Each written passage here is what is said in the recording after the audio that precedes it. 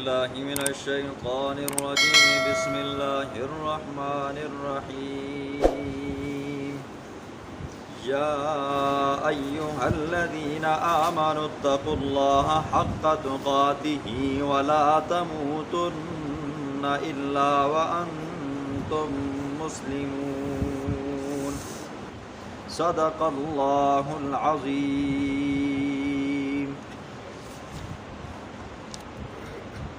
کل کے درس میں آپ نے سنا اللہ رب العزت نے اہل کتاب کو ڈانٹ ڈپٹ کی کہ خود مسلمان نہیں ہوتے ہو تو ان مسلمانوں کے درمیان میں اور اللہ کے دین کے اندر کجیاں ڈھونڈنے کی کوشش مت کرو، اور مسلمانوں کو تنبیہ فرمائی کہ آپ بھی کان کے اتنے کچے مت بنو کہ باہر کا کوئی بندہ یا کوئی کافر آپ کو آ کر آپ کی پرانی یادیں تازہ کروائے تو آپ اس کی باتیں سن کر خواہ مخواہ آپس میں مت لڑو۔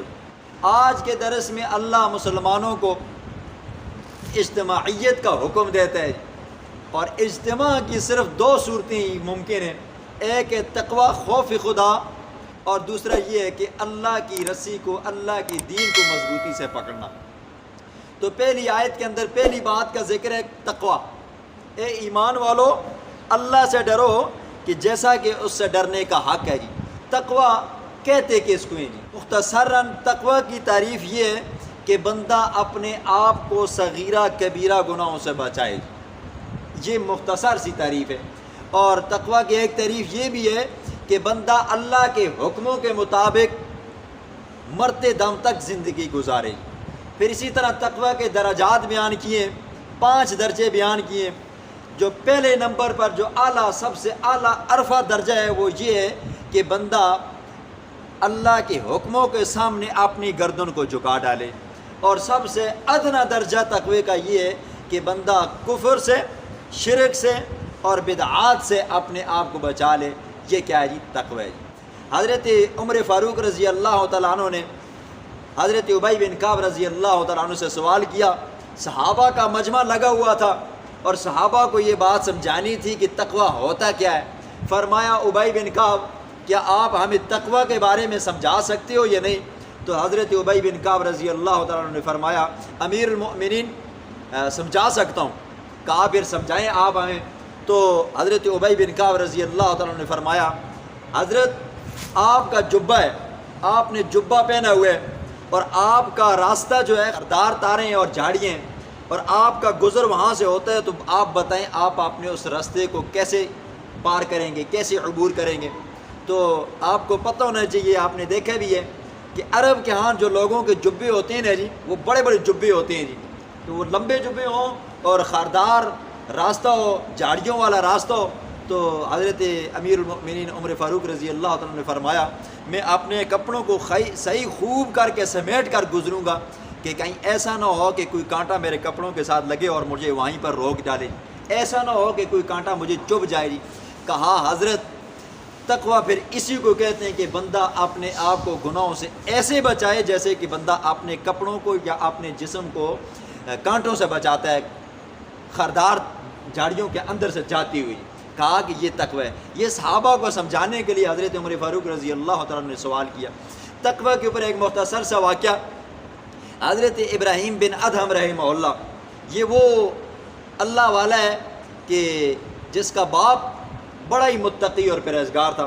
ان کے والد کے بارے میں مشہور ہے کہ ایک مرتبہ یہ دریا کے کنارے پہ بیٹھے ہوئے تھے، نہر کے اوپر بیٹھے ہوئے تھے، بڑے حیران اور پریشان تھے اللہ کی مخلوقات کے اندر، اللہ کی قدرتوں کے اندر، سوچوں کے اندر گم تھے۔ تو دیکھتے ہیں کہ ایک سیب نہر کے اندر سے بہتا ہوا آیا، تو حضرت نے اس کو پکڑا، اور دل میں خیال آیا کہ نہ آس پاس باغ ہے اور نہ ہی کوئی ایسی چیز ہے کہ جہاں سے بندے کو امید لگے کہ یہ سیب آیا ہو۔ تو کہا کہ اس کا کوئی مالک نہیں ہوگا، تو کھا ڈالا۔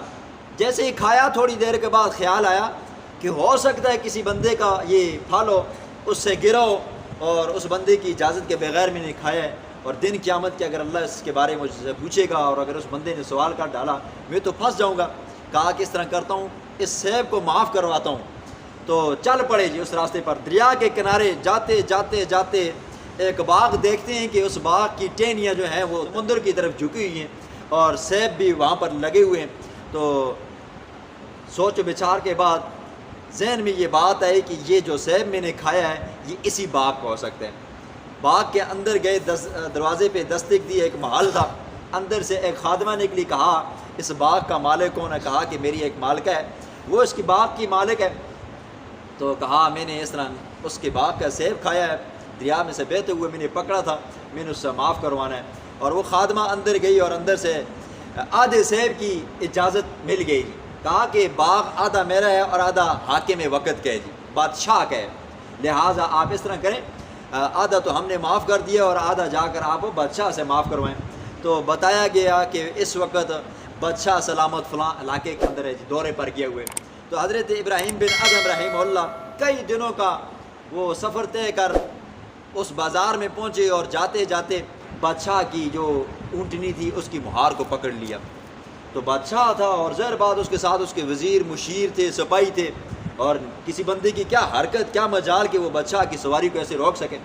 کہا میں پریشان ہوں، مسافر ہوں، مجبور ہوں اور بے بس ہوں، میں آپ کے پاس آیا ہوں، صرف ایک مجھ سے غلطی ہوئی ہے۔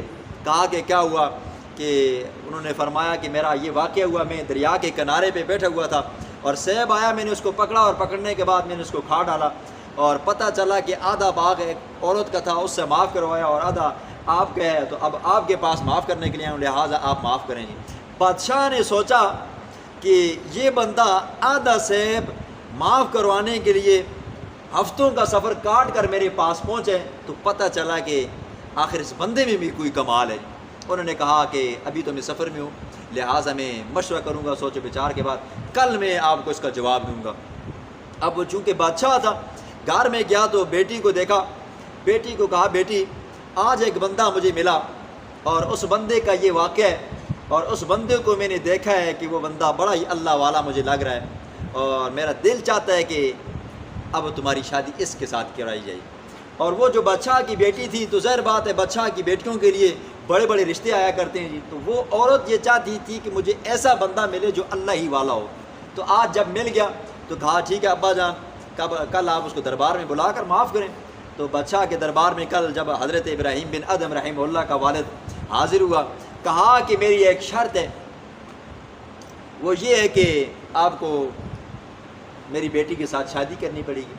حضرت ابراہیم بن ادھم رحمہ اللہ کے والد نے سوچا کہ ظاہر بات ہے اپنی آخرت کو بچانا ہے، قبر کو بچانا ہے، تو اس کے ساتھ شادی بھی کرنا گوارا ہے جی۔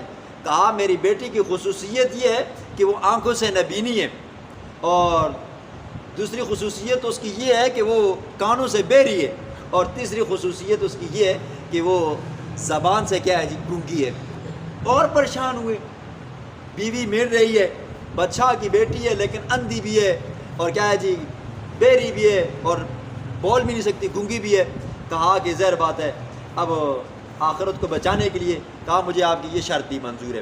حضرت ابراہیم بن ادھم رحمہ اللہ جب شادی ہوئی، شادی ہونے کے بعد جس کمرے میں گئے دیکھتے ہیں ایک حسن و جمال کی پری بیٹھی ہوئی ہے، حور کی طرح بیٹھی ہوئی ہے۔ جب دیکھا آنکھیں اٹھا کر تو ایک عورت سامنے ہے جی، اور آنکھوں میں آنکھیں ڈالی تو سامنے دیکھنے لگی، اور حضرت ابراہیم بن ادھم رحمہ اللہ بے ہوش ہو گئے رات کو۔ صبح کو جب اٹھے تو بادشاہ کی دوبارہ محفل کے اندر خدمت میں حاضر ہوئے، کہا حضرت آپ نے کہا تھا کہ وہ آنکھوں سے نبینہ ہے اور کانوں سے بہری ہے اور زبان کی کیا ہے جی گنگی ہے، تو وہ تو ٹھیک ٹھاک تھی۔ تو کہا میں نے یہ اس وجہ سے کہا تھا کہ آج تک میری بیٹی نے کبھی ان آنکھوں سے کسی غیر محرم کو دیکھا نہیں ہے، اس اعتبار سے کہا میری بیٹی کی یہ خصوصیت ہے نہ کہ عیب ہے۔ اور میں نے کہا کہ میری بیٹی بہری ہے، آج تک میری بیٹی نے کسی غیر محرم کی آواز کو نہیں سنا، گونگی ہے اس اعتبار سے کہ آج تک کبھی اس نے غیر محرم سے بات نہیں کی۔ کہا کہ یہ ہے جی۔ اب خیر جو بھی ہوا وہاں پر ان کا ملاپ ہوا، وہاں سے اللہ نے پھر ان کو ایک اولاد دی جس کو کیا کہتی ہے دنیا ابراہیم کے نام سے یاد کرتی ہے، اور اس کا نام ہے جی اللہ کے ولیوں میں سے سر فرشتوں میں نام آتا ہے۔ تو ظاہر بات ہے ماں کتنی متقی ہے جی، جس نے کبھی نہ کسی غیر محرم کو دیکھا ہے، نہ اس کی آواز سنی ہے، نہ اس سے بات کی ہے، اور باپ ایسا متقی ہے جو آدھا سے معاف کروانے کی خاطر اتنے لمبے سفر، ہفتوں کے مہینوں کے سفر کاٹتے کاٹتے وہ اس مرحلے تک پہنچتا ہے۔ تو تو ظاہر باپ ہے ماں متقی ہو، باپ متقی ہو، پھر اللہ اولاد بھی کیا دیتا ہے جی؟ متقیہ دیتا ہے۔ یہ ہے جی تقوی کے نتائج ہیں۔ پھر آگے فرمایا حق تقاتہ، اللہ سے ایسے ڈرو جیسے کہ اس سے ڈرنے کا حق ہے جی۔ مفسرین نے اس کی دو تفسیریں کی ہیں جی۔ پہلی تفسیر یہ ہے اللہ سے ڈرنے کا حق یہ ہے کہ اللہ نے جو کہا بس اسی کے اوپر عمل کرو جی۔ دوسرا یہ ہے کہ جن جن کاموں سے اللہ نے، اللہ کے رسول نے، اور جن جن کاموں سے اللہ کا رسول اور اللہ ناراض ہوتا ہے ان کاموں سے کیا جی اپنے آپ کو بچا کر رکھو۔ حضرت عبداللہ بن مسعود رضی اللہ تعالیٰ عنہ اس آیت کی تفسیر یوں کرتے ہیں حق تقاتہ، وہ فرماتے ہیں اللہ سے ڈرنے کا حق یہ ہے کہ اللہ نے جو نعمت دی ہے اس کا شکریہ ادا کیا جائے، ہر حال میں اللہ کا ذکر کیا جائے اور اس کو کبھی بلایا نہ جائے جی۔ اس کی جو نعمت ہے اس کا شکریہ ادا کیا جائے اور اللہ کے حکموں پر زندگی گزاری جائے، اس کی نافرمانی نہ کی جائے۔ حق تقاتہ ہی اس سے ڈرنے کا حق یہ ہے۔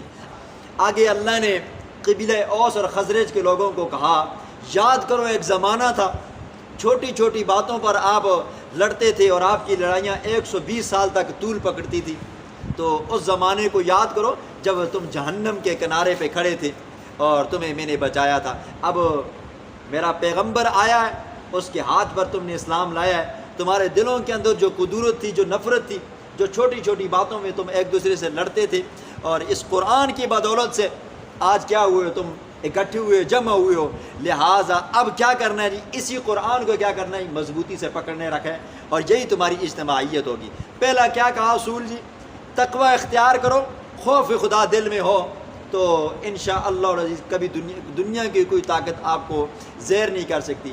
دوسرا فرمایا کہ رب کے قرآن کو، شریعت کو، دین کو مضبوطی سے پکڑو، کوئی دنیا کی کوئی طاقت تمہیں زیر نہیں کر سکتی۔ لہٰذا کافروں کی باتوں میں آ کر اپنے مسلمان بھائیوں کے ساتھ مت لڑائی کرو۔ بسم اللہ الرحمن الرحیم۔ یا ایھا الذین آمنوا، اے ایمان والو، اتقوا اللہ، اللہ سے ڈرو، حق تقاتہ، جیسا کہ اس سے ڈرنے کا حق ہے، ولا تموتن، مت تم مرو، الا وانتم مسلمون، مگر تم مسلمان ہو کر۔ ذہن میں سوال آتا ہے، اللہ فرماتے ہیں کہ مسلمان ہو کر مرو جی، اب موت بندے کے اختیار میں نہیں ہے۔ کوئی بندہ یہ نہیں چاہ سکتا کہ بھائی میں اب مرنا چاہتا ہوں تو اب لہٰذا میں مسلمان ہوں، میں مر رہا ہوں۔ موت بندے کے اختیار میں نہیں ہے۔ تو اس کا کیا مطلب ہے؟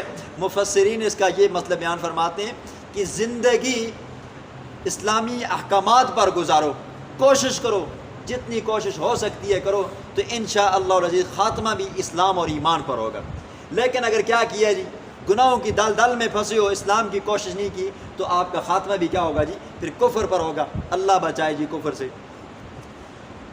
وَاعْتَصِمُوا بِحَبْلِ اللَّهِ، مضبوطی سے پکڑو، بِحَبْلِ اللَّهِ، اللہ کی رسی کو، مطلب قرآن کو، جميعا، سب کے سب، وَلَا تَفَرَّقُوا، مت تفرقہ ڈالو، وَاذْكُرُوا، یاد کرو، نعمت اللہ، اللہ کی نعمتوں کو جو تمہارے اوپر کی تھی، اذ کنتم، جب تھے تم، اعداء، آپس میں دشمن، فَأَلَّفَ بَيْنَكُمْ، فَأَلَّفَ بَيْنَ قُلُوبِكُمْ، بس ڈالا اللہ نے تمہارے دلوں کے درمیان میں محبت اور الفت کو، فَأَصْبَحْتُمْ، بس ہو گئے تم، بِنِعْمَتِهِ، اس اللہ کے نعمتوں کے ساتھ، فضل کے ساتھ، اخواناً، بھائی بھائی، وَكُنْتُمْ عَلَى شَفَا حُفْرَةٍ، اور تھے تم عَلَى شَفَا حُفْرَةٍ، جہنم کے کنارے پر، فَأَنْقَذَكُمْ، پس بچایا تم کو، مِنْهَا، اس سے، كَذَلِكَ، اسی طرح، اللہ يُبَيِّنُ اللَّهُ لَكُمْ، بیان کرتا ہے تمہارے لیے آیاتی، اپنے احکامات، لَعَلَّكُمْ